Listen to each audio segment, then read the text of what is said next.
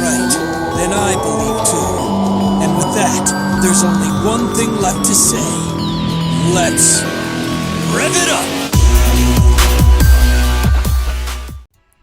Alright guys, welcome back.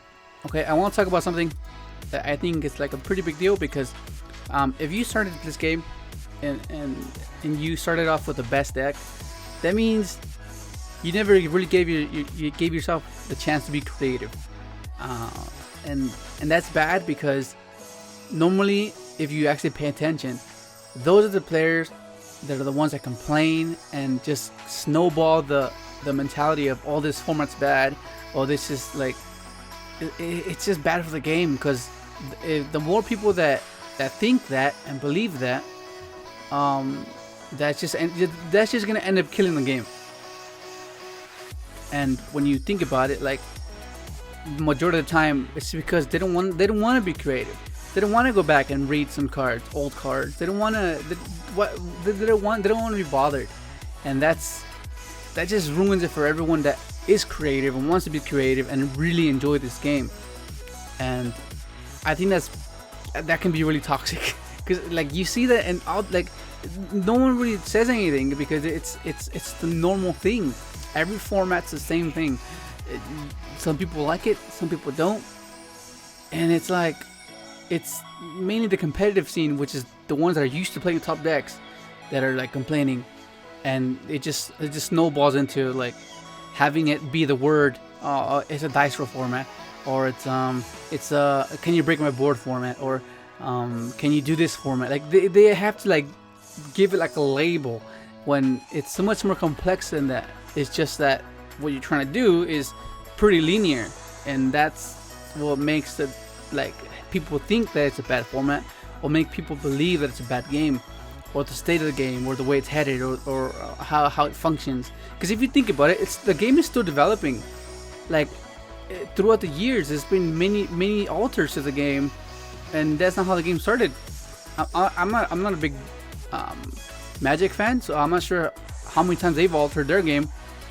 But like first it was just normal monsters, just beaters, and then they introduced fusions, and then like massive effects, and then synchros, and then exceeds, and then pendulum, and then they altered the hand quantity, and then they changed the field, which is adding pendulum scales. So you can't take it too serious, too literal, because everyone has an opinion of what's good and what's bad.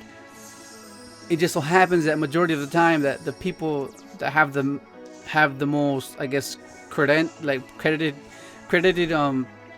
say is the people that keep playing top tier and do well with top tier, but nothing else. And that can be like, oh man, why should I listen to a casual when they haven't done anything, when I can listen to this guy that is topped and won a lot of events with a top tier deck. But how about you get that guy and try to be like, okay, don't play top tier, play something else and see if you can do well, or decent at least. They'll struggle because they're so used to having everything just in front of them. They're just so used to having everything just there, like there, here, check it out, here. It's already written for me, and all I gotta do is this. And that's when you see the actual good players. Like there's very few good players that are creative. Like one that goes to the forefront like right away is Billy Break, because like you can see that he has done things that like hasn't been to where it's just a linear thing. Like he just likes to be different, and that's good. It's always good, but there's very few people that dare to do that. And I think you need more of that in this game, because it's just better for the game. That means it can show people that, oh, you know what, I can do that too, or I can do that too. Not just have like a game where, damn, you have to have this, you have to buy that, you need that to win. Like that's just better for the game. So like don't get me wrong, like of course sometimes like there are formats where you kind of just it was kind of like pay to play, like you kind of just like, but I don't think it has been like that in like as insane as back then, where everything was like really pay to win, where it was like you don't play this, you just lose. But then again, that's the same mentality that some of people have now. Like back then, no one really wanted to try something else. Like no one really wanted to step outside the box. And I think the more the more the game develops, the more people are trying to be different and being creative. So I'm not sure if I guess if the players now, if they played back then, I'm not sure if it'd be the same, because of course that's the best. Those were the best decks back then, right? But if you look at it, no one really thought outside the box. Everyone just went with the herd. Oh, this is the best deck. Let's go with this. So it's like who knows?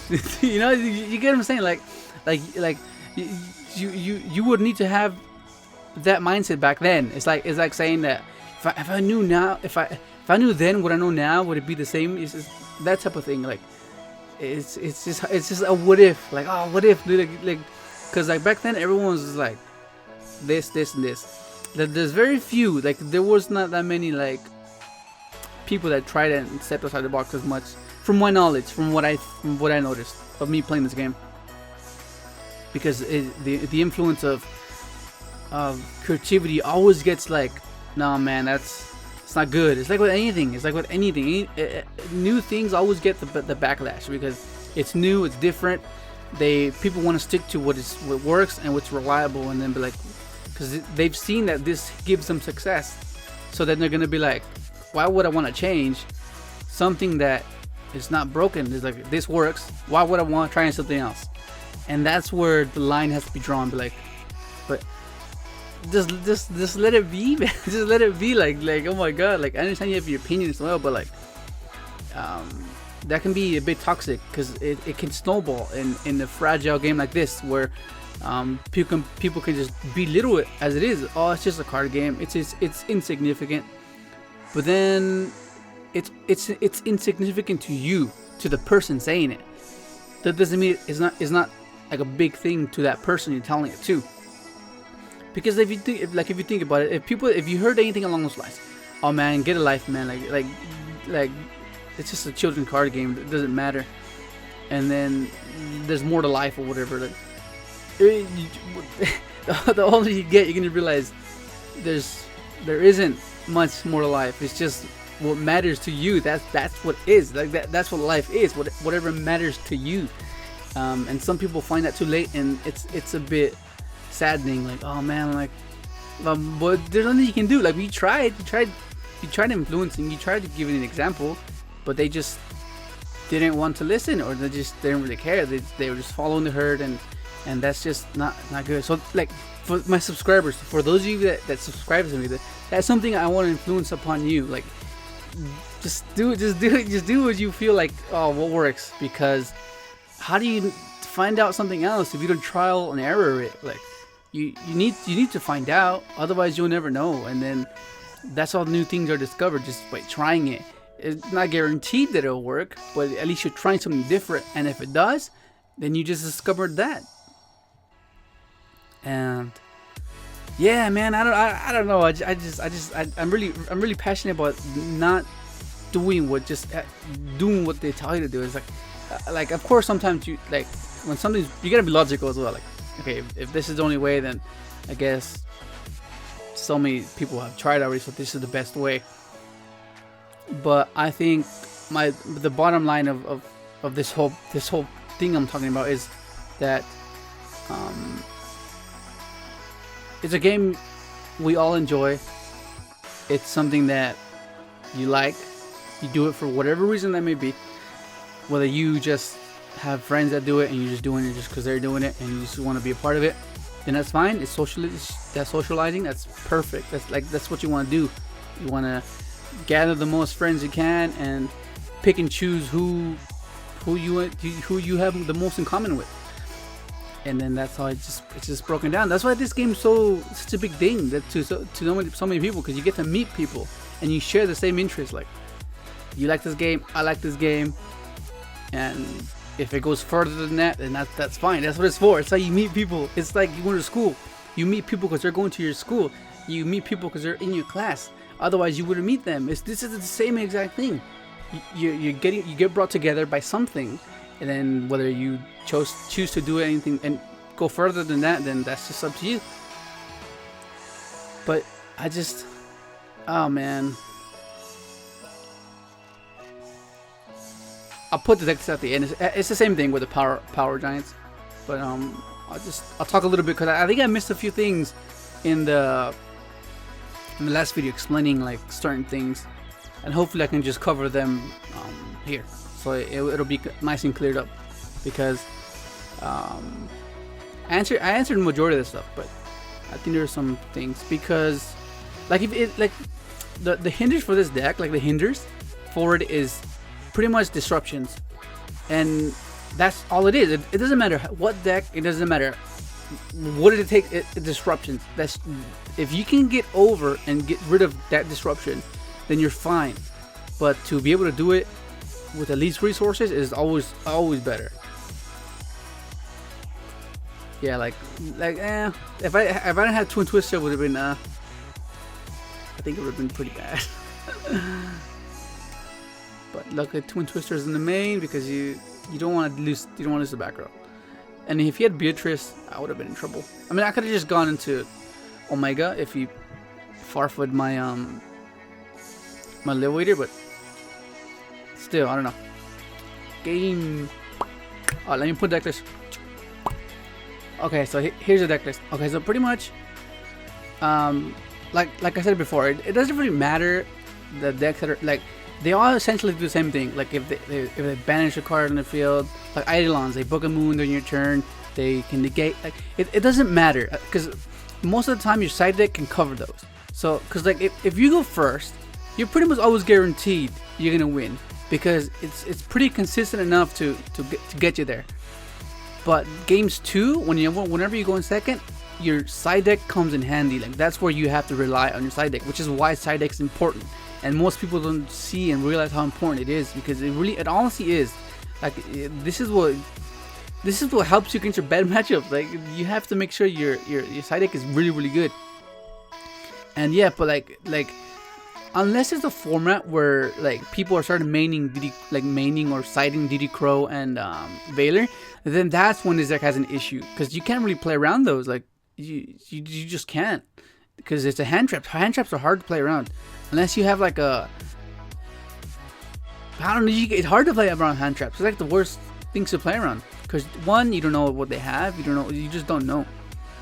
Whereas traps, you can just MST them, twister them, they're there, so you can play around it. But yeah, so other than that, like it's good. I mean, of course you can brick, like any deck you can brick. But you don't think that way. You think of the best case scenario. Like you think of, like, every time I play this deck, I'm thinking I'm gonna open up at least one of the one-ofs, Armageddonite or this. Like I'm always thinking the best case scenario. I'm like, cause like, of course you can think of like, oh, fuck, like I'm gonna open up three power giants and 3 quick draw. Like I'm gonna lose. Like I'm gonna open. Oh man, you know what? Oh, I opened up 3 level eater. Fuck. Damn, I did. Fuck. So don't think like that. Like if that happens, that's unfortunate. Of course, that's unfortunate. But don't go in defeated, because that's the worst way to duel. Like you'll have a hand of like this and this and this, and then like two Twin Twisters, and be like, fuck, this is a garbage hand. But if you actually, then that leads you to making a subpar play. And like, wait. If you were optimistic about it, you could have done pushed it further and like, oh, you know what, I did this. But I don't know, it's just a mindset. I think just think positive, because it's always better. It's always better, because like unless you like being miserable, then go ahead and think negative. Cause I don't know, man. But yeah, like unless that happens where DD Crow and Valor is a big thing, and Draw Like Bird as well. Draw Like Bird not so much, but yeah, Draw Like Bird, yeah.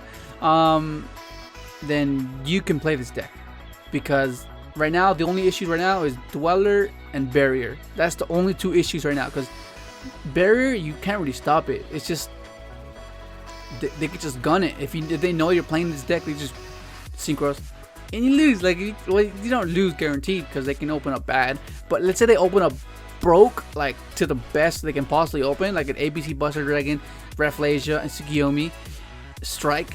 Like you can't do much against that. Like you just can't. Like you just gotta hope for the best, and just be like, okay, game 2, game 2, and then you go off, and then game 3 you side, and you just hope, man. You just hope. This is what it is. It's you start with 5 cards, man.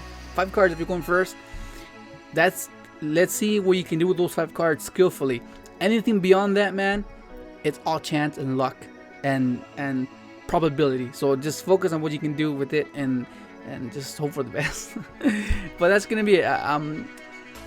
It was a kind of longish video, not so much. Give a like if you liked it. Have any questions, just post them down below and I'll try to answer you. And that's gonna be it. Thank you for watching.